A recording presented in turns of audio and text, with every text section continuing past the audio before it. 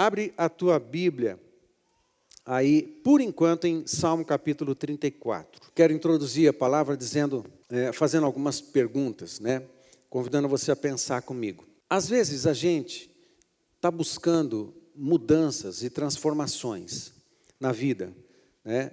Se não em todas as áreas, em algumas áreas, nós precisamos de mudanças e precisamos experimentar uma transformação. Quem acha que tem áreas na sua vida que precisam de transformação? Eu tenho na minha vida também. E às vezes a gente fica esperando as coisas mudarem e elas demoram para mudar. O tema da mensagem de hoje, que me deu um problema no meu computador, eu não consegui projetar. O tema da mensagem de hoje é: por que tarda a cura? Por que tarda a cura e a transformação? Por quê? Qual é o motivo? Por que, às vezes, está demorando demais uma bênção para chegar? Por que está demorando demais, às vezes, uma transformação? Por que está, às vezes, demorando demais na nossa vida, no meu casamento, na minha família, na minha relação com os filhos, uma área da minha vida ser modificada, ser transformada, ser curada, ser restaurada? A gente ora e não vê, às vezes, ou demora demais ver alguma área da nossa vida ser curada. Por que essas coisas acontecem? O que é que está faltando? Qual é o botão? Né? A nossa cabeça sempre gosta de fórmulas, né? A chave, né? A resposta para algumas questões. Nós vamos atrás mesmo dessas informações. Mas por que, então, algumas coisas demoram tanto para acontecerem na nossa vida? É normal que, por exemplo, na nossa vida conjugal, né? A gente está há 40 anos juntos, hoje a gente está bem, né? Não vou repetir o que eu falei no domingo passado, né? Mas hoje a gente está bem, né? Mas a gente, às vezes, precisa resolver problemas. E nos primeiros anos da nossa vida, a gente tinha conflitos, né? A primeira grande crise que nós tivemos na nossa vida conjugal foi quando tínhamos 6 anos de casado. Nós precisamos passar por uma crise. A crise, ela é importante na nossa vida, parece que está tudo acabando. Não, é quando está se abrindo portas de oportunidades para a gente consertar coisas que até aquele momento a gente se sentia confortável e não fazia nada, deixava o problema arquivado na estante, né? Mas aí vem a crise, então você vai ter que mexer em algumas coisas. E foi assim, nos primeiros 6 anos, tivemos uma crise drástica, dramática no nosso casamento, e a gente precisou consertar algumas coisas. O que era comum no início do casamento era a gente pensar que os problemas que nós tínhamos era sempre do outro, né? Então, eu tinha os meus pensamentos, os meus conceitos, eu achava algumas coisas, e eu achava que a Cecília tinha que mudar. Senhor, muda a Cecília. E a Cecília, por sua vez, ela orava a Deus também a mesma coisa, só que falando, Paulinho tem que mudar. Não falava de pastor, né? Ela me trata de pastor. Então, o Paulinho tem que... Senhor, muda o Paulinho.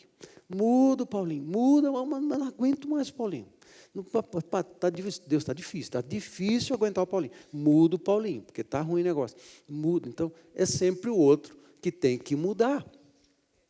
A gente sempre está achando que as grandes mudanças e as grandes transformações, elas devem acontecer fora de nós. Mas não é assim. Às vezes, a gente está diante de um quadro de muitos problemas fora de nós. E a gente dificilmente admite que a mudança primeira e principal tem que acontecer dentro de nós. Mas quando isso acontece, a gente é confrontado, a gente entra numa crise, a gente é obrigado, às vezes, por Deus, obrigando a gente. Deus está moendo a gente e está nos obrigando a tratar algumas coisas dentro de nós. E quando a gente permite isso acontecer, a gente passa a ter uma outra perspectiva das coisas que ainda não precisam resolver, que estão fora de nós. De repente, se dentro de nós a gente tem resolvido as pendências principais, de repente, quando a gente olha para o que está fora de nós, nem é tão importante assim. Nem é tão grande assim o problema. Nem vou gastar tanta energia com isso, porque o principal já foi resolvido, está dentro de nós. A gente tem essa tendência. O que é que falta na maioria das vezes? O que está faltando quando ralenta a transformação, quando ralenta a cura, quando ralenta na nossa vida, passa tempo demais e a gente não está vendo as coisas acontecerem. Eu quero dizer para você que a palavra-chave para toda cura e transformação se chama arrependimento. Tão simples, palavra tão simples e corriqueira na fé cristã, arrependimento. E eu quero dar andamento aqui na palavra a partir de uma proposição. Tudo que eu quero falar para você está nessa proposição aqui. E a partir dessa proposição, eu quero passear por alguns textos para ir jogando luz nessa proposição. Qual é a proposição? Proposição dessa palavra é a seguinte. O tema é: por que tarda a cura e a transformação? Esse é o tema. Mas a proposição da mensagem, que é a mensagem resumida da pregação aqui, é a seguinte: toda cura e restauração acontecem nas bases do arrependimento. Se puder escrever e projetar, é tudo que a gente vai projetar, é tudo que a gente precisa. Toda cura e restauração acontecem nas bases do arrependimento. Repete comigo: toda cura e restauração acontecem nas bases do arrependimento. Sem arrependimento não tem transformação. E arrependimento não é do outro, é aqui dentro. Arrependimento. Amados, quebrantamento de coração. Três palavras-chave: arrependimento, humildade e quebrantamento. Arrependimento, humildade e quebrantamento. Arrependimento é uma palavra que no Novo Testamento em grego é metanoia, né? Meta é direção, noia é mente, então é redirecionamento de mente. Tem uma banda que tem esse nome. Teve um momento, alguns anos atrás, que muita gente pregou sobre metanoia, virou nome de um monte de coisa, tema para um monte de coisa, porque é a palavra arrependimento. Como que o Novo Testamento lida com essa temática tão importante? Redirecionamento de mente, né? O que é o arrependimento? Redirecionamento. Você está olhando para fora, de repente, com uma perspectiva humana, e a base com óculos de pecado, da nossa própria humanidade decaída, e o que o Espírito Santo faz, porque é o Espírito Santo que provoca, que promove o arrependimento, né, o convencimento do pecado, da justiça e do juízo, é uma obra do Espírito Santo, não é do pastor, não é do líder de célula, não é do amigo, não é do marido ou da esposa, é uma obra do Espírito Santo. Por isso a gente não se esforça para o outro mudar, a gente se esforça para a gente mudar. Então, o que acontece? O Espírito Santo, de repente, ele me faz ver redirecionamento de mente. Eu não consigo enxergar as minhas próprias mazelas, os meus próprios pecados. O Espírito Santo entra em cena e me faz virar os olhos para mim mesmo. Esse é o primeiro movimento do arrependimento. A gente consegue enxergar as porcarias que tem dentro de nós. A gente consegue enxergar coisas que nos dão vergonha. A gente consegue enxergar o que é que está desajustado dentro de nós. Isso é uma obra do Espírito Santo. Nós precisamos desse movimento. É um redirecionamento de mente. Agora, o redirecionamento de mente, que é o arrependimento, não para aqui. Uma coisa é quando eu olho os meus próprios pecados, os meus próprios defeitos. Eu sou confrontado por eles. Eu sou apresentado. A gente evita admitir pecados. Amém?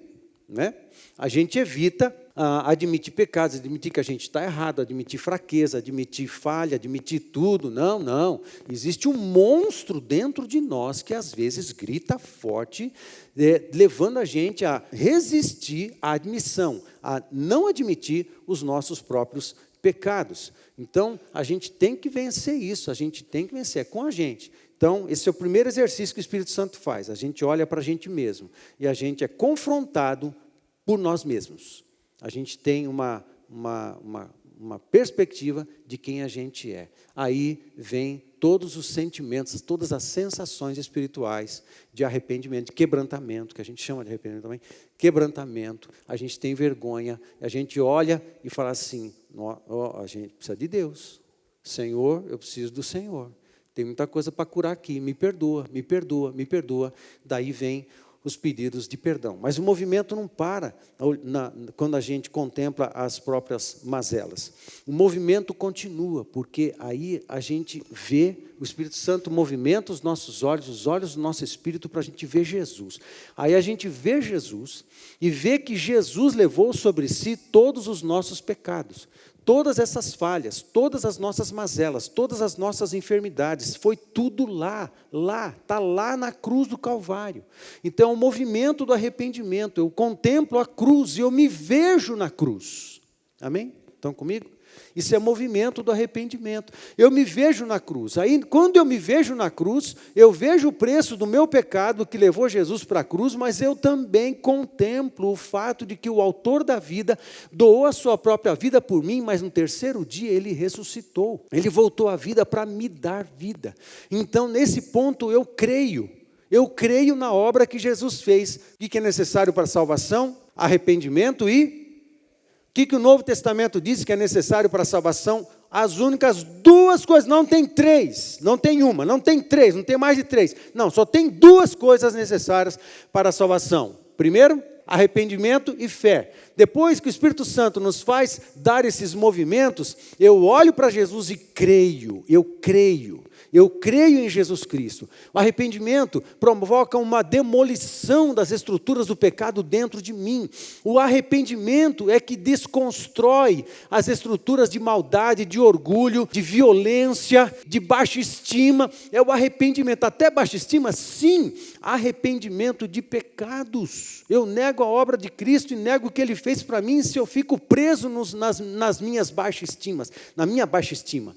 Eu tenho que me arrepender de tudo isso também. Todo problema da minha natureza, todo problema da minha alma tem que passar por arrependimento, porque se não tiver arrependimento a respeito de tudo, não tem cura e não tem transformação. E o exercício de crer, quando eu limpo o meu coração dessas coisas, o exercício de crer coloca Jesus no centro. O Senhor Jesus vem e toma o lugar. Sai o pecado e entra Jesus. Arrependimento e fé. Arrependimento limpa a terra do coração. Pela fé, Jesus vem e toma o lugar como Senhor. Arrependimento e fé. Amém? Estão comigo? Então, isso acontece pelo arrependimento de pecados. Palavra-chave, arrependimento. Porque tarda, às vezes, algumas mudanças, porque a gente ainda está demorando em admitir as nossas fraquezas, as nossas pecaminosidades, a nossa necessidade de Deus, as coisas erradas que nós fizemos e que não podemos fazer mais. Mas sofri muitas injustiças no passado. Tá, mas você decidiu estar naquele lugar, você concordou com aquilo. Uma vez, uma conversa com o pastor Davi, nós passamos por alguns ministérios que foi uma bênção, mas algumas coisas aconteceram lá que feriram o nosso coração e feriram a nossa alma, ok? Mas eu continuei lá, era de Deus a gente continuar lá, e lá nós estivemos, ok, mas houve um problema, eu não soube lidar direito com algumas injustiças que estavam acontecendo. Agora fala para mim, Jesus foi para a cruz por causa da justiça ou das injustiças? Sim, não estou falando da justiça de Deus, né? A justiça de Deus foi satisfeita quando Jesus morreu por causa das nossas injustiças. Eu respondi a pergunta, ok? Foram as minhas injustiças que levaram Jesus para a cruz. Os discípulos do primeiro século, de todos os séculos até aqui, eles são injustiçados. Nós vivemos num mundo injusto. Que novidade há em que nós, prezando pela verdade e pela bondade, e pelo que é correto, e pelo que é moral, que novidade há de sermos injustiçados? Nenhuma. No mundo tereis aflições, mas tem de bom ânimo, porque eu venci tudo isso aí. Eu venci o mundo. Jesus é vencedor. Então, que novidade há que nós seremos perseguidos, que nós seremos injustiçados, que vão falar da gente, que vão nos caluniar, que vão falar mentiras a nosso respeito? Que novidade há em tudo isso? Nenhuma. Agora, isso deve matar minha alma, isso deve matar minha autoestima, isso deve acabar com a minha espiritualidade, isso deve matar anular a minha identidade? Não, mas acontece que eu permiti que isso acontecesse. No meio de algumas injustiças, eu me permiti sofrer por tudo isso. Demorei demais para liberar perdão e acabei sofrendo por tudo isso. Mas eu tinha que continuar lá. E tudo bem, e tinha que continuar lá e continuar dependendo sempre da graça de Deus. Saímos de lá, entrei na Nova Aliança, e numa das conversas com o pastor Davi, ele me faz uma pergunta: o que você faria diferente, Paulo? Eu falei: eu faria diferente algumas coisas. Eu faria diferente algumas coisas. O quê? Eu comecei a explicar para ele o que eu faria diferente. Ok, e você acha que tudo isso que aconteceu, a culpa é de quem? Aí a pergunta dele: se eu dissesse do outro, eu falei: opa, pegadinha, né? Se eu dissesse é minha mesmo, totalmente verdade, parcialmente verdade, eu não sei. Eu falei assim: pastor, a culpa foi mais minha. Foi injustiça? Houve, houve algumas coisas que não foram agradáveis, sim, em muitas, mas eu decidi permanecer, eu continuei, e eu não soube lidar direito com a minha alma, não soube lidar direito com o meu coração, e me permiti adoecer. Foi o período que eu tive depressão. Eu me permiti adoecer. Ele falou assim: Paulo, aí o pastor Davi falou assim: Paulo, muito boa resposta. Sempre tome cuidado de não transferir para os outros a culpa das coisas que você concordou em fazer. Ninguém é culpado de nada na sua vida. Ninguém é culpado de nada na sua vida. Se você aceitou, então você passa a ser corresponsável. A não ser que você tome uma decisão e saia daquela situação. Agora, o que a gente não pode fazer é negar a nossa participação, negar a nossa culpa, a parte que me cabe, negar a minha responsabilidade. Quando eu nego isso, eu não me arrependo. E se eu não me arrependo, eu não provo cura, eu não provo restauração e transformação. Então, eu preciso ter um encontro comigo mesmo. Eu preciso ter um encontro com as melecas do passado. Eu preciso, para eu ter a chance diante de Deus, de me arrepender por tudo e começar de novo. O que eu não posso é ficar preso nas melecas do passado. Eu não posso é ficar preso nas sensações de injustiça. Eu não posso é ficar preso nessas coisas. Entrega tudo para Deus, entrega tudo para o Senhor. Mas é prejuízo financeiro, pastor. Gente, eu já contei para vocês a história de quando me roubaram um carro dentro do nosso condomínio em São Paulo, e começaram a me acusar, e eu fui reclamar, me acusaram de eu estar querendo me beneficiar no condomínio, né? Porque meu carro, eles alegaram, né, que meu carro tinha sido roubado fora do condomínio, mas foi dentro do condomínio. E quando eu procurei e fui reclamar, começou conversar no condomínio inteiro, dizendo que eu estava forjando um furto dentro do próprio condomínio para me beneficiar ilicitamente do condomínio. Claro que isso não era verdade. Mas chegou um ponto, essa maledicência percorreu o condomínio inteiro, até o ponto de eu precisar abrir uma ação contra o condomínio. Fomos até diante do juiz, e eu não tinha uma única prova, e, evidentemente, neguei fabricar qualquer prova a meu benefício. Muito embora os nossos vizinhos nos conhecessem, sabiam que nós não faríamos tal coisa, mas eu me neguei a fabricar qualquer tipo. Não tem o menor sentido isso. E tinha gente que queria: não, eu vou lá, eu te conheço. Não, eu não quero nada. Se eu for ganhar, eu ganhei. Se eu perdi, eu perdi. Eu perdi a ação. Eu perdi a ação e ainda fui condenado a pagar as custas processuais. Eu perdi o carro, eu perdi a ação, ainda perdi mais dinheiro ainda do que o carro, né? Tem hora que você tem perdas. A gente tem que aprender a lidar bem com as perdas nessa vida, porque nessa vida a gente vai ter muitas perdas. E daí? E daí? Qual é o problema? A gente levanta a cabeça e segue. Perdemos clientes, perdemos não sei o quê. Uma das outras coisas, quando eu dei a empresa, no ano de 99, para um técnico que eu tinha lá em São Paulo, ele, ao invés de fazer fluir a empresa e tal, ele começou a descapitalizar a empresa e começou a roubar os clientes, e no final do ano, eu precisei retornar para a empresa, porque ela ainda estava no meu nome, e eu fiquei trabalhando 6 meses só para pagar as dívidas e os empréstimos que ele fez. 6 meses. pagando empréstimos de banco, pagando empréstimos de pessoas, pagando conta atrasada. A pessoa comprou carro, descapitalizou, comprou carro, construiu a casa, fez um monte de coisa e não pagava as contas do escritório, passou a roubar os clientes. Eu voltamos, trabalhamos mais de 6 meses, na verdade, mais de outubro a julho, né? Mais de 6 meses, só para pagar as contas que o outro tinha feito. Prejuízo financeiro? Foi. E daí? Às vezes a gente tem prejuízos. Agora, a gente já está aprendendo. Nós liberamos perdão. Não ficamos com ele amarrado no nosso coração. Às vezes a gente tem perdas financeiras na vida. A gente levanta e segue. Amém, queridos? A gente não pode amarrar no jegue da história, né, nosso coração, a nossa alma, e depois ficar doente por conta de todas essas coisas. Eu volto para o passado, o que eu faria diferente? Eu faria diferente um monte de coisa. Mas tem alguma coisa que eu cometi erros, que eu falhei, eu decidi errado, então eu me arrependo. Eu me arrependo. E quando eu me arrependo, eu crio um campo no meu coração para o Espírito Santo entrar. Presta atenção no que eu estou falando. Quando você se arrepende, o Espírito Santo promove arrependimento, mas a decisão de se arrepender, a decisão de aceitar essa proposta do Espírito Santo, quando ele te apresenta a você mesmo, e de pedir perdão a Deus, e de limpar o teu coração, é sua, não é do Espírito Santo. O exercício que o Espírito Santo faz é voltar os nossos olhos, redirecionamento de mente, metanoia, voltar os nossos olhos para a meleca.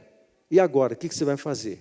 Depois da nossa decisão, no processo, ele falou, pronto, e agora? O que eu faço?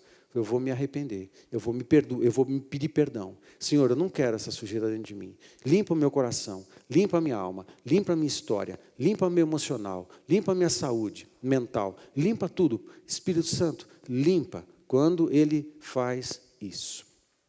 Quando a gente faz isso, o sangue de Jesus entra em cena, purifica a gente, as águas do Espírito, as águas de Deus, entram no nosso interior, limpa, aí cria um campo limpo, não mais pecado, e um campo limpo é onde o Espírito Santo entra. Romanos 5:5, o amor de Deus é colocado dentro dos vossos corações pelo Espírito Santo. O Espírito Santo é o óleo de Deus, é a cura. Ele entra e toma esse lugar. E onde o Espírito Santo entra, ele promove o reino, ele promove cura, ele promove transformação. Agora tem uma coisa, o Espírito Santo não vem em terreno sujo.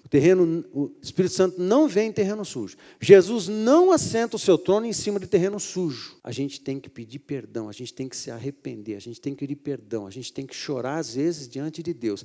A gente tem que se expor, a gente tem que pedir mais ajuda do Espírito Santo para expor mais e mais.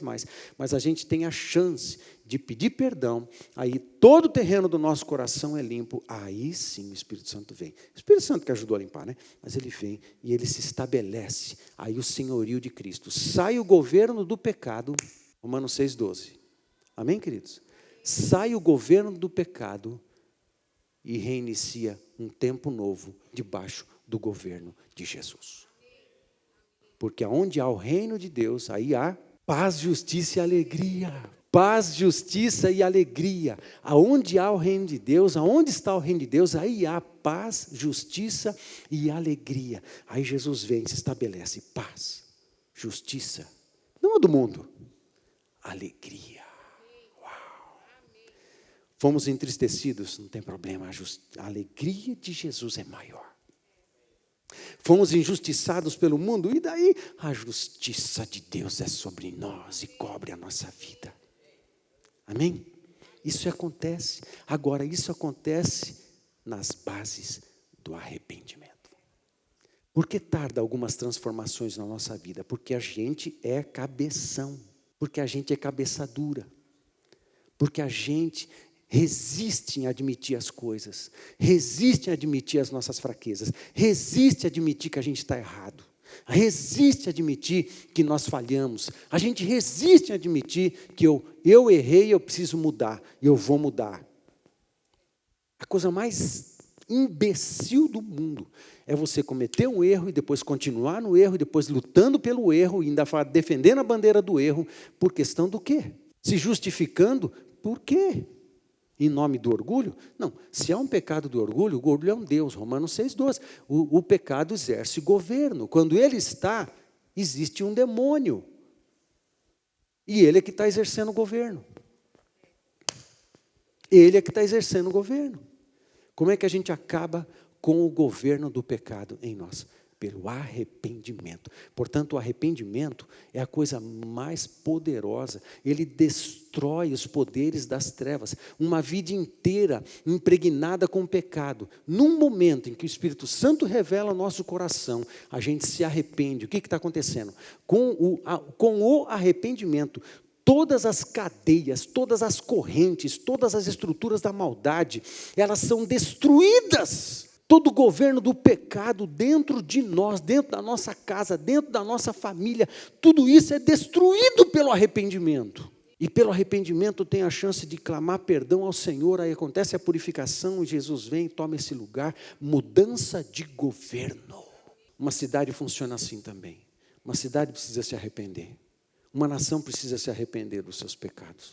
Não acontece troca de governo sem arrependimento de pecados. Não acontece. Enquanto não tiver arrependimento, tem demônio governando. Então, tem que ter arrependimento de pecados. Amém? Outra palavra, humildade. A palavra humildade, ela tem uma raiz da onde surgiu a palavra humano, da onde surgiu a palavra humus, e é terra. Humus é terra. É cocô de minhoca também, né? Mas é terra. Humildade tem a raiz de terra, que aponta para a humanidade. Lembra quem a gente é? A gente é terra. A gente é humus. Muitas vezes a gente é humus. É mesmo, né? Mas um humus de qualidade, né? Muitas vezes a gente... Humildade é isso, né? Humildade é humano. Da onde vem a palavra humano? Da onde vem a palavra humus, que é terra. Terra, a gente é terra. Humildade é lembrar quem você é. O que é a humildade? Humildade é admitir. Admitir que eu sou terra, eu sou frágil. Humildade é você ter um encontro com você mesmo e com realidade, e com honestidade. Eu sou isso aqui. Eu estou fazendo um curso, que são os 12 passos. Os mesmos que é usado pelo AA, pelo NA. Muito interessante. É um curso o nome do curso é Celebrando Restauração. Muito legal, 1 ano inteiro de curso. Tudo online. E é um curso de cura. Eu estou passando por isso. Tem um momento do curso, num dos passos do AA, alguém já fez AA? Passou pelo AA? Né? Eu estou passando. Eu não tenho problema com álcool, nem com narcótico, mas não é isso. É cura, né? Não é nessa área. São os passos. Se você não sabe, os 12 passos do AA foi um pastor que idealizou os 12 passos para um grupo. Depois isso deu tão certo nas dinâmicas de restauração, em grupos de narcóticos anônimos e de alcoólatras anônimos, que eles passaram a aplicar esses passos em processos de cura, em programas de cura, né? É isso, cura do coração, cura da alma e tudo mais. E, num dos passos, a gente tem que admitir as nossas falhas, as nossas fraquezas e os nossos desvios de caráter. Enquanto você não admite os desvios de caráter que você tem, você não consegue provar cura. Admita os seus desvios de caráter. E tem um exercício que é você escrever. Você vai escrevendo. Aí tem uma hora que você lê e você fala assim, eu sou humus mesmo. Mas quando você tem um encontro com a sua humanidade, você se apresenta diante de Deus, papai, eu não consigo consertar isso aqui. E eu não consigo consertar o meu próprio caráter. Eu preciso do Senhor e do teu poder. Aí eu me apresento diante de Deus, Ele entra em cena e começa a tratar a minha vida. Estão comigo? Amém? Mas eu tenho, isso é arrependimento. Eu sou isso aqui? Ah, pai, eu não queria ser isso aqui. Pai, me ajuda. Não precisa ser coisas gravíssimas e escandalosas, não. Pode ser coisas mais simples também, não tem problema. Mas se é uma coisa tratável dentro de você, precisa ser exposto diante de Deus. e ser tratado com arrependimento de pecados. Sabe, um dos problemas, passos, por exemplo, que eu identifiquei, é a tentativa de ser Deus de mim mesmo. A tentativa de ser Deus da minha própria cura. É engraçado. É um dos itens do curso. E eu identifiquei isso em mim. Às vezes eu identifico isso em mim. A minha tentativa de me autocurar, ou a minha tentativa de ser Deus no processo de cura e restauração da minha própria vida. Eu não consigo ser Deus para mim mesmo, aliás, nem para ninguém. Então, o que eu faço? Espera aí, eu tenho que admitir. Humildade é admitir. Eu sou pequeno, eu sou frágil, eu preciso admitir minhas fraquezas, não só para Deus. Confessai os pecados uns aos outros para serdes curados. O processo de cura, você tem os seus pecados perdoados quando você confessa para Deus, mas a cura do coração e a cura da alma tem um aspecto horizontal aí, pessoa a pessoa, que a gente não pode desprezar.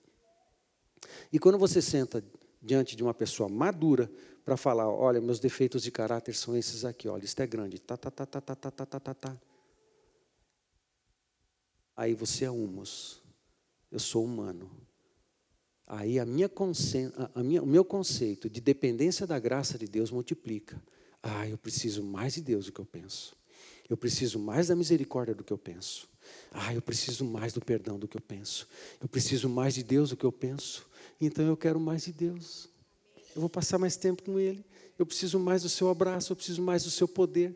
Eu preciso mais da sua graça, eu preciso da sua unção, eu preciso.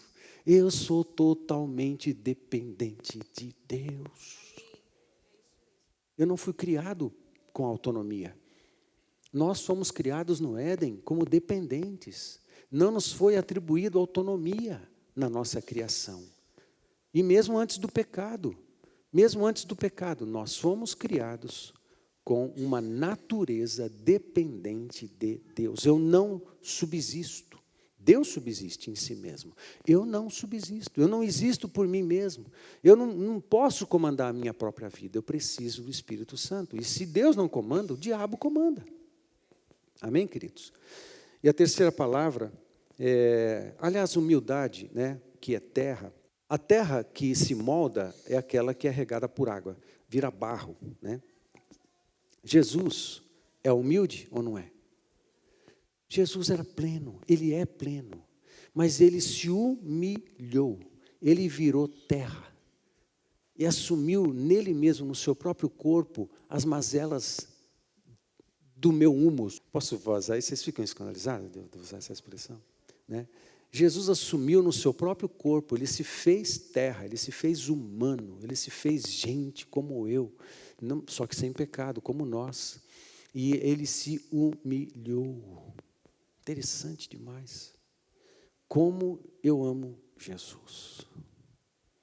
Ele não precisava tomar o meu lugar, mas tomou. Ele não precisava sofrer o que sofreu em meu lugar e sofreu. Ele não precisava se humilhar do jeito que Ele fez, mas Ele se humilhou por amor a nós. Que coisa é essa? Como é que eu não vou amar Jesus? Como é que eu não vou seguir Ele? Como é que eu não vou obedecê-lo? Como é que eu não vou colocar Ele como centro da minha vida? E fazendo a sua vontade acima da minha? Ele abriu mão de tudo por mim? E eu vou abrir mão do quê por Jesus? Tudo que eu tenho que abrir mão mesmo. Porque não há nada de muito valor em nós, a não ser aquilo que de Deus recebemos, daquilo que temos na identidade com Jesus. Porque sem Jesus a gente não é nada, a gente é condenado ao inferno. O que de valor tem? Não tem nada que vale a pena. Numa vida sem Deus, nada vale a pena sem Deus. Então, quando Jesus entra, aí tudo que eu sou é dele, depende dele. Tudo que eu sou depende da identidade dele. O que eu sou, ele que me fez ser. O que eu tenho, ele que me deu. Eu sou o que sou em Cristo Jesus. A vida que agora vivo na carne, viva pela fé no Filho de Deus. Amém? Humildade. Jesus é nosso exemplo. Aí a gente fica endurecido o coração, não vai admitir erro. Não, eu errei, mas eu não vou admitir, vou até o fim. Ei, não, funciona não. Só sofrimento. Aí tarda a cura e tarda a restauração. Por que tarda a cura e tarda a restauração? Porque a cura e a restauração acontecem nas bases do arrependimento. Agora, o arrependimento tem que dar fruto. Arrependimento significa confessar a Deus, confessar para as pessoas e fazer reparação. Fazer reparação. Fruto de arrependimento. Tem reparação para fazer. E tem que fazer. É o Novo Testamento. É o Novo Testamento. Tem que fazer reparação. Senão, não frutificou em arrependimento. Amém? Quebrantamento é coisa quebrada. A palavra de Deus fala disso. A dureza, às vezes, da nossa cerviz, né, cervical, a dureza da nossa cerviz, ela precisa ser quebrada. O que é duro, quebra. Às vezes, a dureza do nosso coração precisa vir um martelo da palavra e quebrar. Quebrantamento. Às vezes, o nosso coração é endurecido. O marido que não pede perdão para a esposa, o marido que não admite suas falhas, o marido que não admite as suas fraquezas, o marido que não admite que está errado, o marido que não admite que comete erros e falhas, o marido que não admite, se dá o direito de ser grosseiro, que se dá o direito de ser mal educado, que se dá o direito de falar, eu sou homem, eu sou macho, não sei o quê. Precisa defender isso aí, é porque não tem muita certeza. Se dá o direito de ser truculento, ogro. Não. Como admita falhas e pecados. Fala, eu preciso ser mais gentil com você, continua sendo homem. Belezinha, gente? Continua sendo macho, continua sendo homem. Mas um homem que admite as suas falhas. Não precisa ser grosso e mal educado para ser homem, para ser macho. Né? Tem que ser macho. Gênesis, né? Deus criou homem e mulher. A palavra homem, Adão criou humanidade ali, é terra, humanidade mesmo. Mas quando ele fala, criou o homem. Homem e mulher os criou, macho e fêmea, é outra palavra em hebraico. Macho e fêmea. Nós cremos que só tem homem e mulher. Amém, gente? Nós não cremos na ideologia de gênero, porque ela não existe. Não cremos porque não existe. Porque só tem homem e mulher. Só isso. Não mais. Não tem um terceiro, nem um quarto, menos ainda o 56º. Não importa. É o que a palavra de Deus diz, é porque é a verdade, é um absoluto. É um absoluto, não varia. É um absoluto de Deus. Não dá para mudar. A gente, e às vezes, dificuldade. A esposa, às vezes, também. A esposa tem dificuldade de lidar com algumas coisas. Dureza de coração. Precisa quebrar. A gente precisa aprender a quebrar. A gente precisa permitir Deus quebrar a gente. Precisa ser quebrado. Amém, queridos? Arrependimento, humildade e quebrantamento. Deixa eu ler com você alguns textos. Salmo capítulo 34, versos 18 e 19 diz assim: perto está o Senhor dos que têm o coração quebrantado. Perto está o Senhor dos que têm o coração quebrantado. E salva os de espírito oprimido. Oprima o teu espírito se for necessário. Oprima a tua alma se for necessário. Porque é importante. O Senhor está. Por que às vezes o Senhor não está? Oro e não sinto que estou orando, acho que Deus não está ouvindo, as minhas orações, não sei se elas serão respondidas, e dá a sensação de vazio. Coração quebrantado. Aonde Deus está? Os de coração quebrantado. E salva. Salvar é a palavra na Bíblia, quando fala salvar, é a mesma de cura. É a mesma para cura. Amém, gente? É a mesma para cura. Porque tarda a cura e a restauração? Porque a gente, às vezes, é duro demais. A gente precisa se arrepender e quebrantar. Muitas são as aflições dos justos, mas o Senhor de todas o livra. Não tem nada novo aqui. A gente passa por aflição nessa terra? Claro que a gente passa. Mas Deus está com a gente. Deus está com os de coração quebrantado. Muito bem. Outro texto, Jó 42. Jó 42, muito interessante. Verso 4. Escuta-me, pois, havias dito, e eu falarei. Eu te perguntarei, e tu me ensinarás. Eu te conhecia, verso 5, eu te conhecia só de ouvir, mas agora os meus olhos te veem. Jó era um homem justo. Os meus olhos te veem. Olha o verso 6. Por isso me abomino. Estou lendo na versão revista atualizada. Por isso me abomino e me arrependo no pó e na cinza. Ele era um homem justo. Ele passou por tudo que passou e ele conseguiu contemplar Deus num novo nível de revelação. Tanto ele conheceu mais a Deus que quando ele olha para si, ele fala, eu me abomino. Ele conheceu melhor ele mesmo. Aí, eu me abomino. Esse é a ferramenta do arrependimento. Ele se olha, assim, tem coisas em mim abomináveis. E me arrependo no pó e na cinza. Pó é terra, humildade. Cinza é terra, humildade. Eu preciso ir para o pó. Aí os antigos sentavam em tristeza, sentavam no chão e pegavam a terra e jogavam em cima da cabeça. Já viram isso em algum filme? Por causa disso. Porque é humus, porque nós somos humus. Eu sou isso, eu sou terra. Senta nas cinzas e senta no pó. Ele está falando assim, eu sou isso aqui. Por isso o sacerdote, para andar no tabernáculo, tirava sandálias. Para ele estar lembrando o tempo inteiro que ele é pó. O pó está impregnado nos seus pés. Ele é pó. Lembra quem você é, que vai ficar tudo bem. Lembra quem você é e lembra quem Deus é, que vai ficar tudo bem. Amém? Outro texto, Mateus capítulo 3, verso 11. Eu vos batizo com água para arrependimento. Era o batismo de João. Mas aquele que vem depois de mim é mais poderoso do que eu, cujas sandálias não sou digno de levar. Ele vos batizará com o Espírito Santo e com fogo. Amém? Qual era o batismo de João? De arrependimento e água. Batismo de arrependimento. Primeiro é o arrependimento e depois é o batismo de fogo. Por isso João Batista precisou chegar primeiro para abrir o caminho. Porque sem arrependimento não tem governo de Jesus. Amém? Vamos seguir alguns textos mais. Atos capítulo 5, verso 31 diz assim, Deus, porém, com a sua destra, o exaltou a príncipe e salvador, a fim de conceder a Israel o arrependimento e a remissão de pecados. Interessante. Sabe que o oncologista, quando depois da cirurgia e os exames foram feitos e não apareceu mais doença, a Cecília perguntou para o mastologista, doutor, eu estou curada?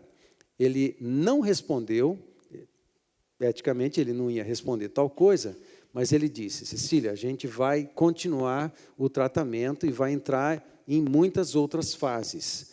E você vai tomar esse medicamento todos os dias, esse outro você vai continuar tomando a cada 21 dias, você vai fazer a radioterapia, e você tem um medicamento que você vai continuar tomando, e a remissão da doença, a gente vai avaliar daqui uns 5 anos. Ele chamou de remissão da doença. Ou seja, ele chama, né? E é assim mesmo, né? A Andréia sabe disso, né, André? Né? Depois de tantos anos, aí acontece da alta definitiva, porque aconteceu a remissão. Interessante. Então, Pedro está falando com as autoridades religiosas aqui, e ele está lembrando que a salvação que Deus preparou para Israel provar a cura e a salvação, tem que passar primeiro por arrependimento, e depois do arrependimento, a remissão. Depois do arrependimento, a cura completa. Amém, gente? É isso. Mais um texto para a gente aqui. 2 Coríntios, capítulo 7, verso 10, muito interessante. Porque a tristeza, segundo Deus, produz arrependimento para a salvação. Lembra que salvação e cura é sinônimo. Arrependimento para a salvação, que a ninguém traz pesar, mas a tristeza do mundo produz morte. arrependimento para a salvação. Porque tarda algumas curas, transformações, algumas restaurações, porque a gente não para tempo no terreno de arrependimento. Amém, queridos? A gente tem que se arrepender dos nossos próprios pecados. Outro texto, 2 Pedro 3:9, diz assim: não retarda o Senhor a sua promessa, como alguns a julgam demorada. Pelo contrário, Ele é longânimo para convosco, não querendo que nenhum pereça, senão que todos cheguem ao arrependimento. Esse texto, Pedro está falando da segunda vinda de Cristo. E alguns, já no primeiro século, estavam dizendo que a segunda de Jesus estava demorando para voltar. Porque é uma promessa de que Ele voltaria. Então, o assunto aqui é esse. Mas eu chamo a sua atenção para um detalhe curioso que está dentro desse conceito todo aqui, que a promessa não se cumpre porque está esperando muitos outros passarem por arrependimento. Tem muitas promessas de Deus travadas no céu, a nosso respeito, que estão travadas no céu, porque a gente não passou o tempo necessário no terreno do arrependimento diante de Deus. Mas pastor, Deus fez promessas lindas a nosso respeito. Legal. Mas no terreno do pecado, Deus não libera a bênção. Deus só libera unção, só libera riqueza, só libera bênçãos num terreno limpo, em que o Espírito Santo está. No terreno de pecado, Deus não libera bênção. Amém? Eu quero finalizar. Em vários outros textos, mas eu quero saltar. Não vou ler todos, e quero finalizar. Tem vários textos em Salmos, em outros também, mas que todos dão essa ideia. Qual é a nossa proposição? Toda cura e restauração acontecem nas bases do arrependimento. Abaixa a tua cabeça, por favor.